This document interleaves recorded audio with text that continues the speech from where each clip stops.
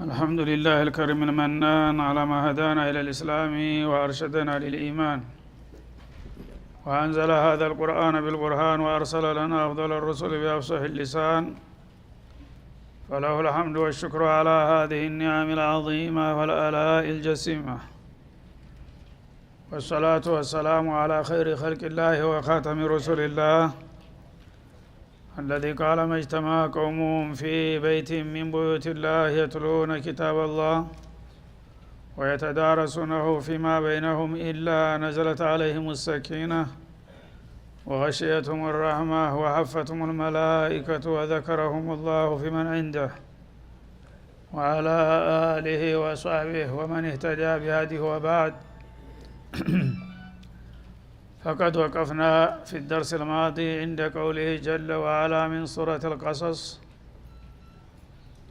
قل فأتوا بكتاب من عند الله هو أهدى منهما أتبعه إن كنتم صادقين، الآية 49 فلنبدأ من هنا. أعوذ بالله من الشيطان الرجيم.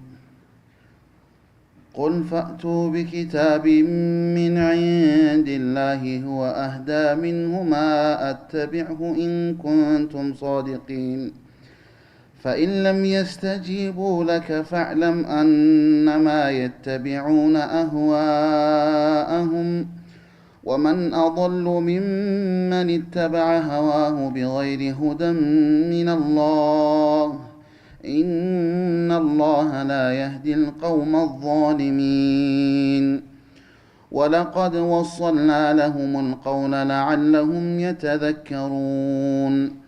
الذين آتيناهم الكتاب من قبله هم به يؤمنون، وإذا يتلى عليهم قالوا آمنا به إنه الحق من ربنا إنا كنا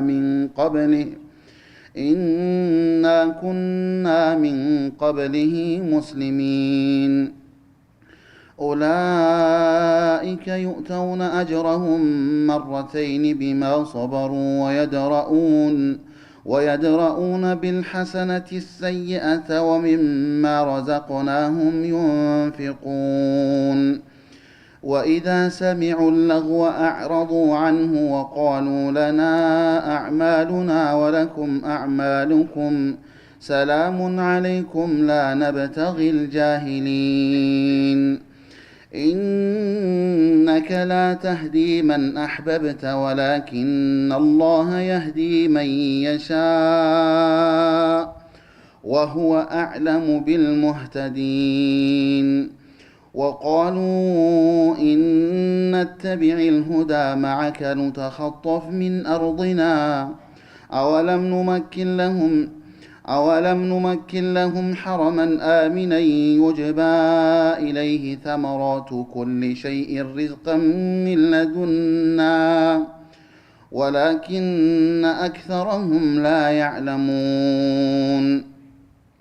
وكم أهلكنا من قرية بطرت معيشتها فتلك مساكنهم لم تسكن من بعدهم إلا قليلا وكنا نحن الوارثين. وما كان ربك مهلك القرى حتى يبعث في أمها رسولا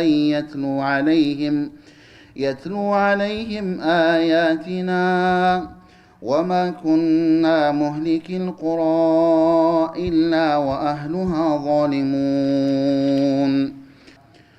وما أوتيتم من شيء فمتاع الحياة الدنيا وزينتها وما عند الله خير وأبقى أفلا تعقلون. أفمن وعدناه وعدا حسنا فهو لاقيه كمن متعناه متاع الحياة الدنيا ثم هو يوم القيامة من المحضرين.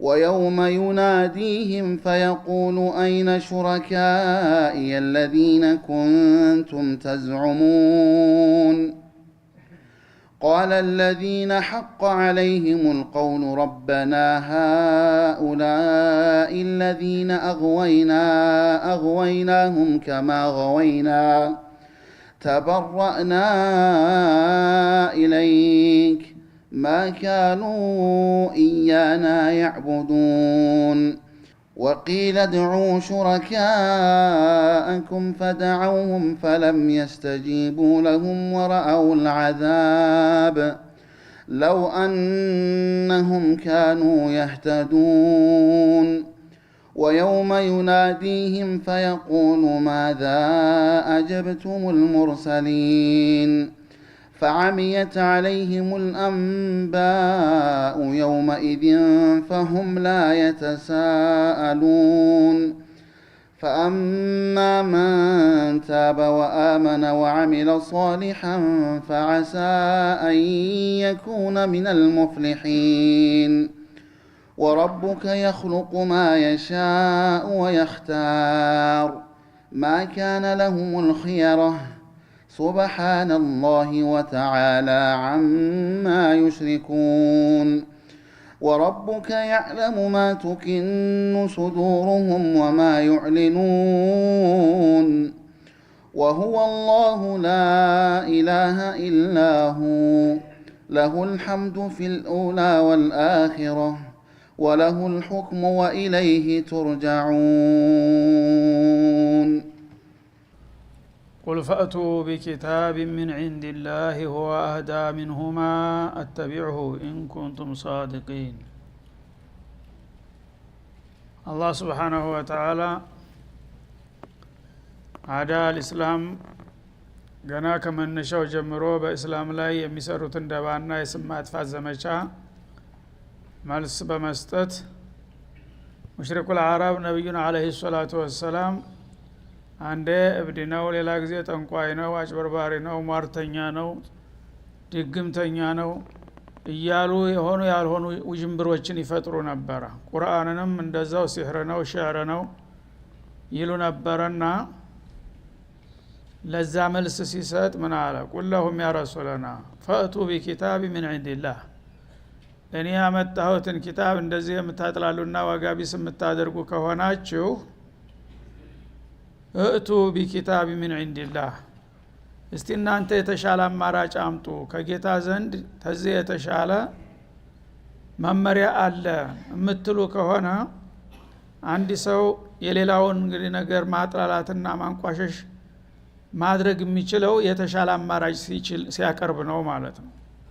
ስለዚህ የኛ ኪታብ የሙሳንም ኪታብ ጨምረው ነው የነቀፉት። ሲህራኒ ተዛሃራ እና የተውራትና ኢንጂል ሁለቱም የሲህር መጽሐፎች ናቸው፣ በሲህር ላይ የሚተባበሩ ናቸው ብለው ወንጅለው ነበረ ባለፈው አያት ላይ ማለት ነው። ነብዮችንም እንደዛው ሙሳና መሐመድ አንድ አይነት ባህሪ ያላቸው ሰዎች ናቸው፣ በተለያየ ዘመንና የተለያየ ሀገር እንኳን ቢከሰቱ ብለው ወነጀሉ። እነዚህ አፍዶሉል ኪታብ አለል ኢጥላቅ ናቸው። በአላህ Subhanahu Wa Ta'ala ሰዎችን ተፈጠረ ጀምሮ ብዙ ነብያቶችን ልኳል። ከነዛ ሁሉ ትልቁ ኪታብ የተውራትና ቁርአን ናቸው ሁለቱ ማለት ነው። በታላላቅ ነብያት የሚባሉትም በመጀመሪያ የሚጠቀሱት እነዚህ ናቸው። እነዚህን ቁንጮ ላይ ያሉትን ምርጦቹን ነብዮችና ኪታቦች ስታጥላሉ ምን አማራጭ ታቀርቡልናላችሁ? ይሺ ይሁን ግደለም የኛ የማይጠቅም የማይረባ ከሆነ የተሻለ መቼም የሚጠላ የለምና እስቲ በእናንተ በኩል የተሻለ ተተውራትና ተቁርአን የተሻለ መመሪያ አምጡ ብለህ ጠይቃቸው ይላል። እና ምክንያቱም ባለፈው አያት ሲህራኒ ተዛሃራ ወቃሉ ኢና ቢኩሊን ካፊሩን ቢኩል ሚን التوراة والإنجيل وموسى ومحمد ሁሉንም አንቀበለውም ብለው ደምድመዋል። ጦሩ ማትቀበሉት እነዚህ ነገሮች እንግዲህ እርባና ቢስ ናቸው አይፈይዱም ብላችሁ ነው አይደለም? ጦሩ የተሻለ አምጡና እኛም የተሻለ ስናገኝ እናንተ ጋር እንቀላቀላለን። ተተውራትና ተቁርአን የተሻለ ለሰው ልጆች ተጌታ የተላከ መመሪያ ካለ አምጡ አቅርቡልን هو أهدى منهما እናንተ የምታመጡት አማራጭ ከተውራትና ተቁርአን ወይም ደግሞ ከሙሳና ከመሐመድ የተሻለ የምታቀርቡልን ከሆነ አተቢዑሁ እኔ መጀመሪያ አቀበላለሁኝ ብለህ አፋጣቸው ይላል። ተሐዲ ይባላል ይሄ። ጥላት እንግዲህ በሚከራከረ ጊዜ መፈናፈኛ በሌለው ነገር ስትይዘው ማጣፊያው ያጥራል የሚለውን ያጣዋል ማለት ነው። ስለዚህ የኛ መመሪያ እኛ ያቀረብንላችሁ ከሊሙላህና ሐቢቡላህ ያቀረቡት መመሪያ የማይጥማችሁና የማያረካችሁ ከሆነ እናንተ እስቲ በበኩላችን ይልቁንስ ከእናንተ የኛ ይሻላል ብላችሁ የምታቀርቡት ነገር ካመጣችሁ እኔ እንደናንተ ትዕቢተኛ አልሆንም። አወሉል ሙተቢዒን እቀበለዋለሁ ያን መመሪያ የተሻለ እስከሆነ ድረስ ኢን ኩንቱም ሷዲቂን ፊማ ተዝዑሙን ወለው ሽእና ለቁልና ሚስለ ሀዛ ይሉ ነበረ። ብንፈልግ እኮ እኛም እንደዚሁ አንዳንድ ዜማ አጠነቃቅረን ማነብነብ እንችል ነበረ፣ ግን ምን ያደርግልናል ሰሎማት ታለል አይጠቅምም ብለን ነው እንጂ ይሉሃል አላወቃቸው ሰው ማለት ነው። እና ተዚህ የተሻለ አማራጭ የምታመጡ ከሆነ እኔ የመጀመሪያው ደጋፊና ተቀባይ ሆናለሁኝ ብለህ ጠይቃቸው። እንደማያመጡ ያቃልና ኩለን እጅተማዓት الانس والجن على ان ياتوا بمثل هذا القران لا ياتون بمثله እንኳን ከዚህ የተሻለ ተተውራትና ተቁርአን የተሻለ እነሱን የሚያክልም ሊያመጣ አይችልም ዓለም ቢረባረም ማለት ነው።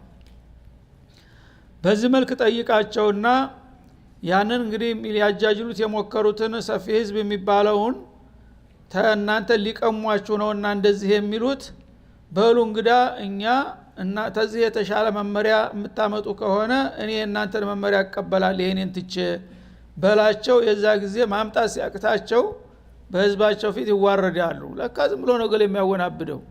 ይሄው እናንተ ያመጣችሁት የተሻለ ካመጣችሁ እኔ እቀበላዋለሁ አላቸው መሐመድ። እነሱ ግን ማምጣት አልቻሉም። ታልቻሉ ተሸንፈዋል ማለት ነው ብሎ ህዝቡን ለማንቃትና ወደዚህ ለማምጣት ይችን ስልት ተጠቀመ ማለት ነው። ፈኢለም የስተጅቡ ለክ አለ። ይህን ጥያቄ ስታቀርብላቸው አውንታዊ ምላሽ የማይሰጡ ከሆነ ያው የሚችሉ ከሆነ ያምጡ፣ ጥሩ ነው ታመጡ፣ አንተ በቃል በገባው መሰረት ትቀበላለህ ማለት ነው።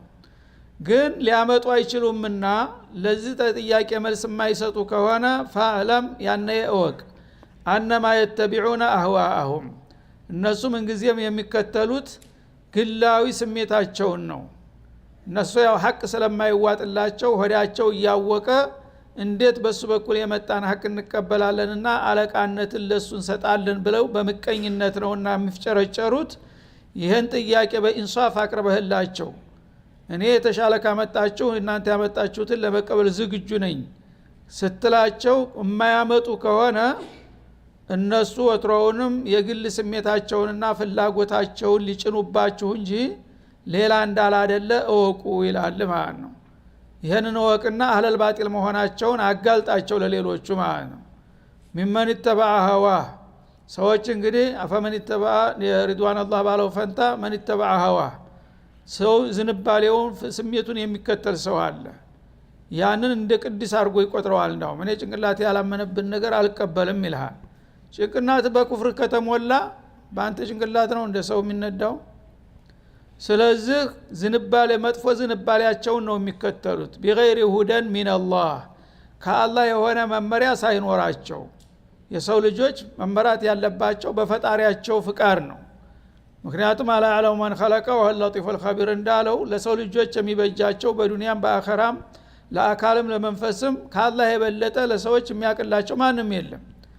እሱ ያመጣውን መመሪያ የማይቀበል ሰው ምን ማለት ነው? የጌታን መመሪያ ተወውና ይልቁንስ እኔ በጅሉ በመሃይሙ ሐሳብ ተመራ እንደማለት ነው። ይሄ ደግሞ አይን ያወጣ ሰይጣንነት ነው።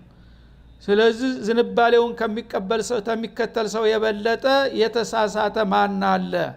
የመጨረሻ ስተተኞች ማለት በግል ስሜታቸው የሚጋልቡ ሰዎች ናቸው ማለት ነው። ቢኸይር ሁደን ሚነላህ ከአላህ እንግዲህ መመሪያ ውጭ ሆኖ አንድ ሰው የፈለገው ፈላስፋ የፈለገው ዶክተር የፈለገው ፕሮፌሰር ቢሆን እንኳን ሰው ነው ማለት ነው። በግል ስሜቱ ሌሎችን ህዝቦች ቀርጦ ራሱን መምራት አይችልም።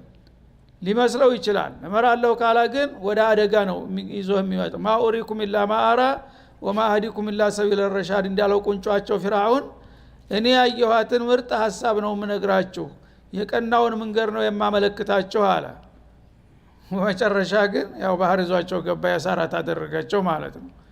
እንደዛ ነውና ይሄንን ወቅ ይላል ማለት ነው።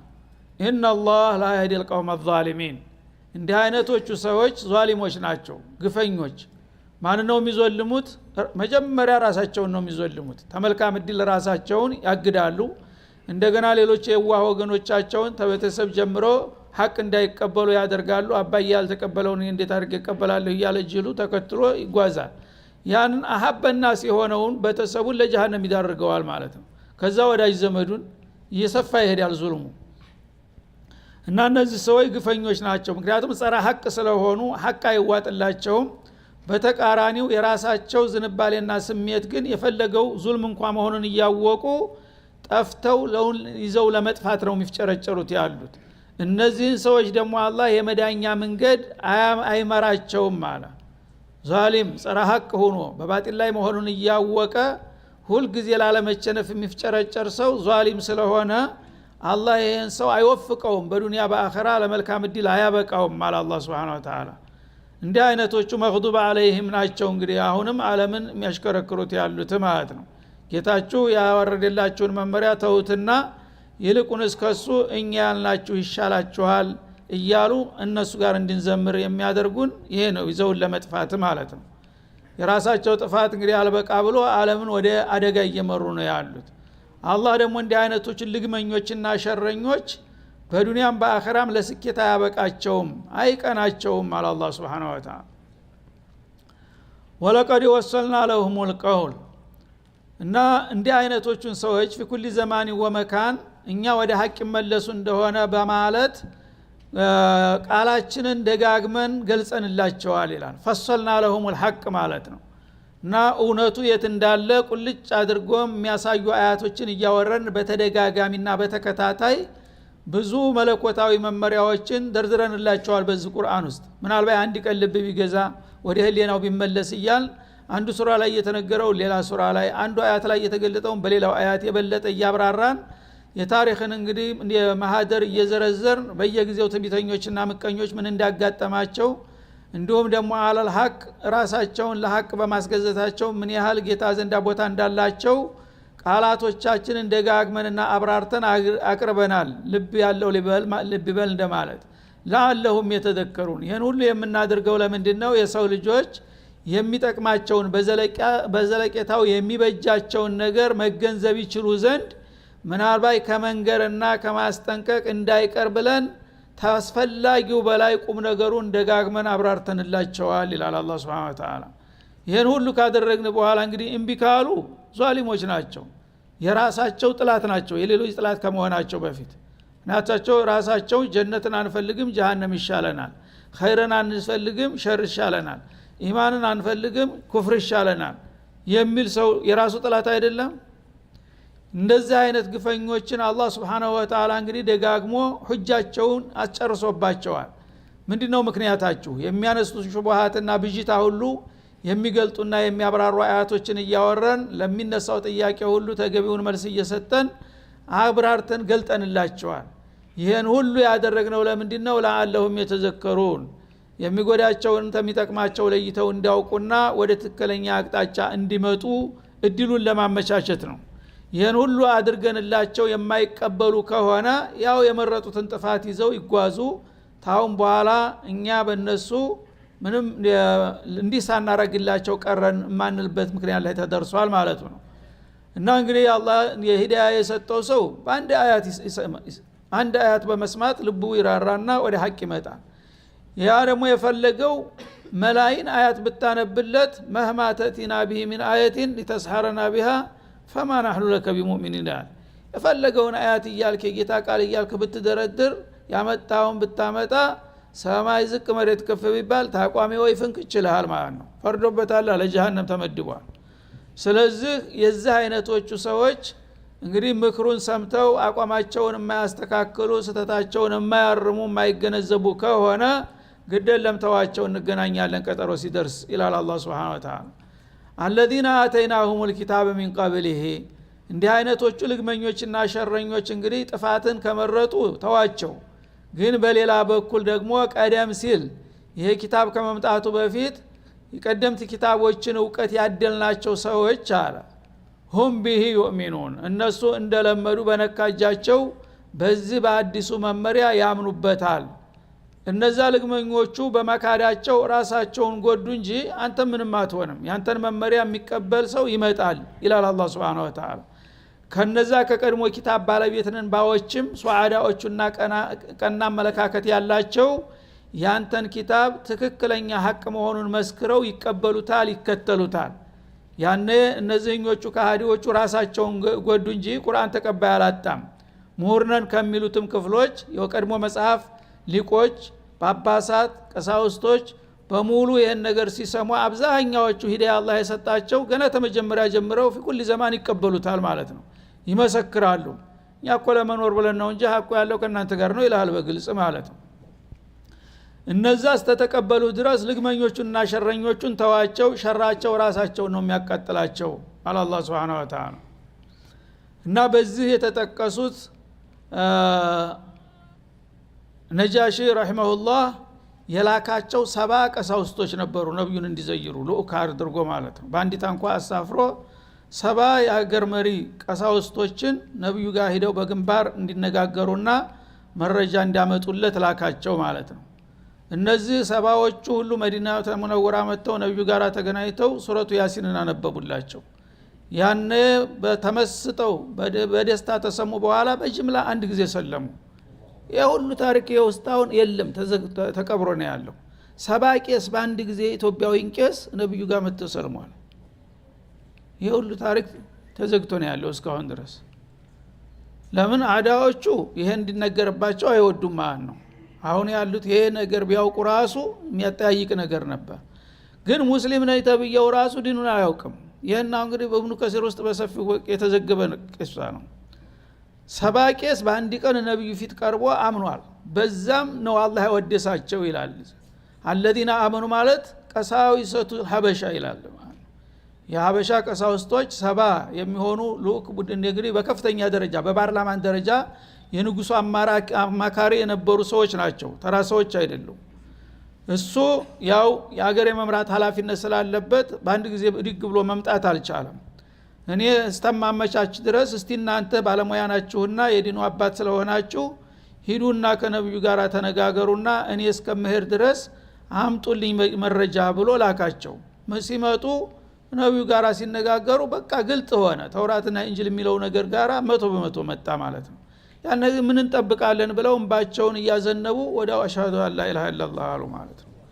እና አላህ ጌታቸው አወደሳቸው። الذين آتيناهم الكتاب من قبله ከዛ በፊት ኪታብ ያደልናቸው እንጂልና ተውራትን የተቀበሉት ሰዎች هم به يؤمنون እነሱ በዚህ በቁርአን ያምኑበታል። የጃሂል ገራራ ደንጋራ ቢተው ራሱን ይጎዳል እንጂ ማን እንትን ይላል። ያወቁ የተደነቁ ባለሙያዎችና ቀሳውስቶቹ ያምኑልሃል መጥቶ ብሎ ነግሯቸው ነበር። እንዳሉትም መጥተው ኢዕላን አደረጉ በጅምላ ማለት ነው። ከዛም ከሌላ ሀገሮችና ብሔረሰቦችም በተመሳሳይ መልክ በግለሰብ ደረጃም ቢሆን ለምሳሌ ኢራን አካባቢ ሰልማኑል ፋሪሲ መጥተው አመኑ ማለት ነው። እሱ ስለ ክርስትና በደንብ ጥናት ያደረገ ስለ ይሁዳም ስንት እድሜ ግማሽ እድሜውን በዛ ጥናት ሲያረግ ከርሞ በመጨረሻ ነብዩን አገኘ ማለት ነው። ከዛም አብዱላህ ኢብኑ ሰላም የመዲነቱል ሙነወራ ዋና የይሁዶቹ ባባስ ወይም ኻኻም የነበረው ሰለመላቸው። እሱ ጋራም ወደ 6 የሚሆኑ ታላላቅ የዲን መሪዎች ሰለሙ። እነዛን ሁሉ ያካትታል። ግን በግንባር ቀደም ኢትዮጵያውያን ቀሳውስቶች ናቸው የዚህ አያት መውረድ ሰበብ የሆኑት ብሎ ሙፈሲሮች ያስቀምጣሉ ማለት ነው። ይህንን እንግዲህ አላህ ከማን ጋር አወዳደራቸው? ሙሽሪኩል አረብ ጋር። መኮች ነብዩን ሲህር ነው ሻዒር ነው ካህን ነው እያሉ ያብጠለጠሉ በገዛ ቋንቋቸው ወረደላቸውን እድል አልጥማቸው ሲል ቋንቋውን የማያውቁት ተውጭ ሀገር የመጡት ያው በሃይማኖት ጥልቅ ዕውቀት ያላቸው ይቀበሉሃል። እንዲህ ከብቶች ባይቀበሉ ምን ያስገርምሃል? አላህ Subhanahu Wa Ta'ala ኢዛ ዩትላ አለይሂም ቃሉ እና የአላህ ቃል በአንተ አንደበት ሲነበብና ሲቀረብላቸው አለ። ያው ነብዩ ቁርአን እንደቀሩላቸው ሱረቱ ያሲን በግልጽ ተናግረዋል ማለት ነው። እና ቁርአንን በመታነብላቸው ጊዜ ቃሉ አመና ቢህ ምንም ሳያመነቱ ሳያወላውሉ ልክ ቁርአን መቅራት ሲጀምሩ ነብዩ ወዳው ሰውነታቸው በአንድ ጊዜ ተለዋወጠ እና አምነንበታል። በቃ ይሄ ተውራትና እንጂል የሚለው ነው እያለ ያለውና ይሄ ደግሞ እንደሚመጣ በደንብ ተነግሮናል መጀመሪያውንም በቋፍ ነበር የምንጠብቀው አምነንበታል ነው ያሉ ሳያቀማሙ ማለት ነው ኢነሁ ለሐቁ ሚን ረቢና ተመልከት ይህ ከጌታ የመጣ ፍንትው ያለ እውነት ነው ስለዚህ ይሄን ያልተቀበል ታዲያ ምንድነው የምንቀበለው ብለው በአንድ ጊዜ በጅምላ አንድ ሰው እንኳን ሳይቀር የተቀበሉ ጎበዞች ናቸው ማለት ነው ኢና ኩና ሚን ቀብሊሂ ሙስሊሚን አሉ እንዳው ይሄ ከመምጣቱ በፊት እኮ እኛ ለአላህ ቅን ታዛዦች ነበር ያው በቀዳሚው መጽሐፍ በተውራትና በእንጂል የተነገረን ነገር ተቀብለን ተጌታ ፍቃድ ጋር ነው የምንጓዘው ያለው አሁን ደግሞ ኑሩን አላ ኑር የበለጠ ከመጣ ምን እንጠብቃለን ተቀብለነዋል የሚሉ ጎበዞች ይመጡልሃል አላህ Subhanahu Wa Ta'ala እንዳለውም ተረጋገጠ ማለት ነው هذا وصلى الله وسلم على النبي